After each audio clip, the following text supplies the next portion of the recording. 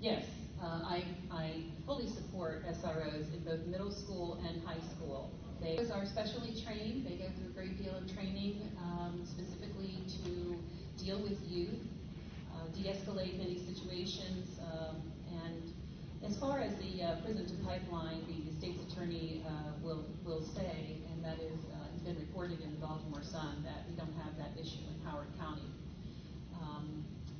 I think teachers need to feel that their area, their environment is safe, so they are comfortable teaching, and students need to feel safe so they can learn. Thank you.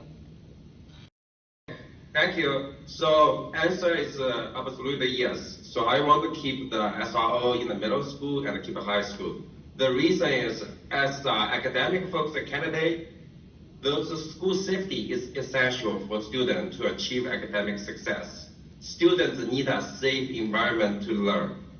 And right now, SRO is the best resources available to school to keep a school safe. They are well trained and fully vetted, and the county funded, basically free from the school to school system. So if you look at it, that's 40 hours of training for the basic SRO training. That's additional 24 hours of advanced training. So, and then if you look at the thing happen now, it's a lot of staff shortage, and we have more incidents this year. So if you ask now, definitely we need more actually SRO than before. And if you look at the neighboring county, some of the county decide to remove the SRO. What's the result? What they want to do now?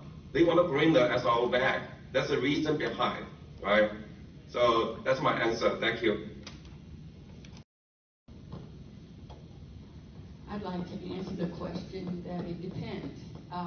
I don't believe that SROs or any one human being can protect a school. It really requires the first line of defense. The first responders are usually the educators, the teachers. The teachers need to know how to de-escalate. The teachers need to understand the social emotional needs of the students. The administrators as well. Pretty much anyone in the building interacting with students. So the SROs, one person, myself as an educator, when I taught at Long Reach High School, any situation in my classroom I handled. If I called the administrator, by the time they came up to the classroom, it was done. I'd already taken care of it, right? And so unless you have people who are trained to work with young people, and police officers are not trained to work with young people. And so if you're going to have SROs who are around the building to protect the outside corridor of the building, then yes. So my answer is no. We need better security than SROs. I believe in listening to the experts. For COVID, you listen to public health experts. For school safety, I listen to the United States Secret Service, who keep President Biden safe and protect the White House. And they say that the most important people for school safety, you want to improve school safety in schools, you hire more counselors, you hire more psychologists. That is how you stop fights. That is how you stop school shootings. We need security personnel, but they need to be HCPSS personnel who we hire, we train, we oversee, and if they're not up to the job, we fire them. Not a third-party officers. You don't need a badge and a gun to break up a school in a middle school, break up a fight in a middle school. You need designated people who are up to the job, but they do not need to be police officers. I want our police officers out on the street preventing crime. I want educators and HCPSS employees in our schools keeping our kids safe.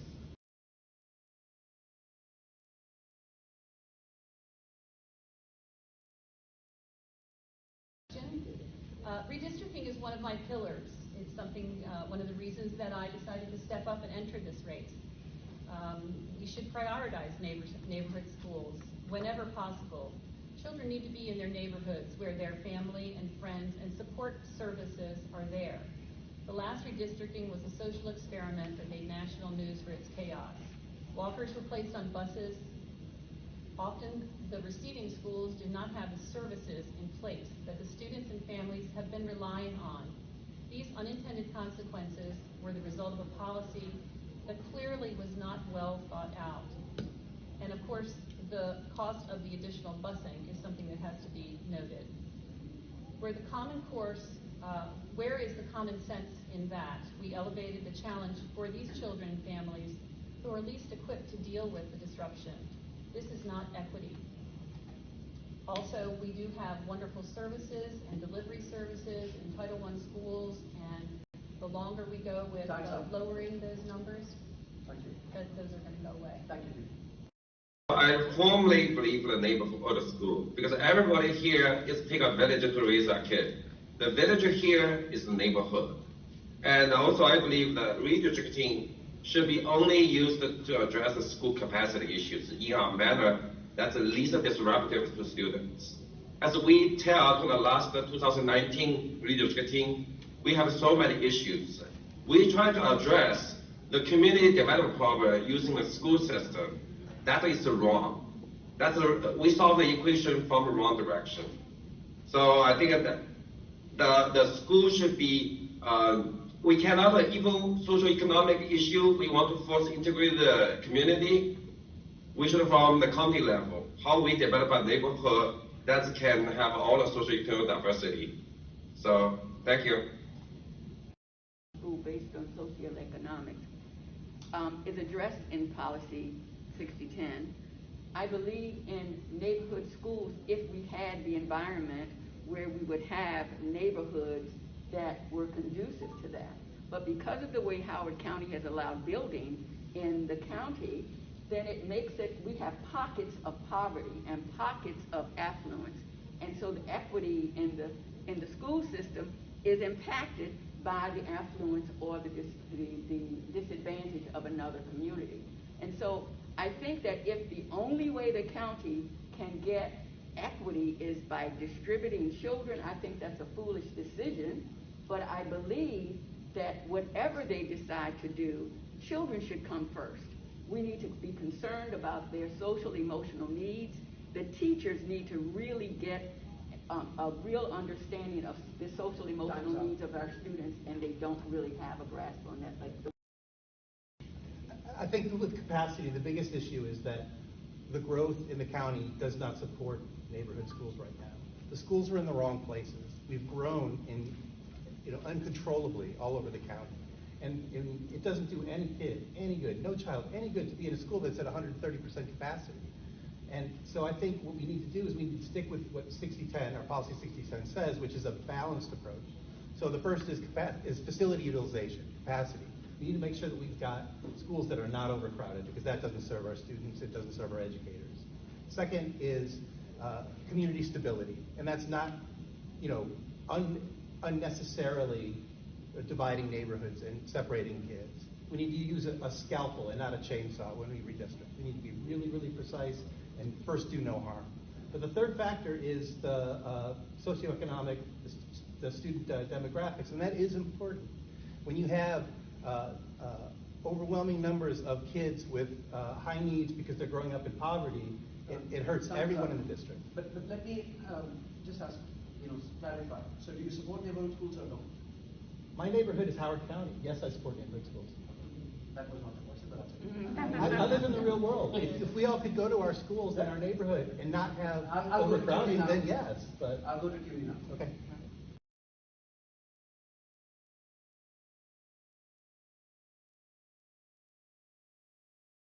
I firmly believe that testing needs to take place. I think any school system worth its salt must have regular testing. Students need to develop that work ethic to make sure that they are meeting certain tasks. That's the way it is in life. We're going to prepare them to move on after school, after high school. They need to have these practices ingrained. Lowering expectations is a disservice to any student. Thank you.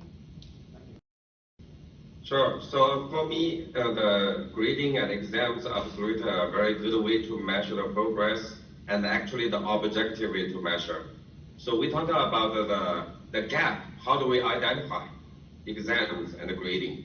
So we can know where we need to put the additional resources, additional help to put in the right places. So, and in terms of achievement gap, a couple things we need to do. First, the universal pre-K education, that's so important to put the resources in the early stage. Make sure all the kids can start the same resources. Then the second thing is the students, they spend time only 6 hours at school. There's so many hours outside. So we need to encourage families, communities to get involved with their children's growth and provide the reinforced enrichment after the school hours and during the summer.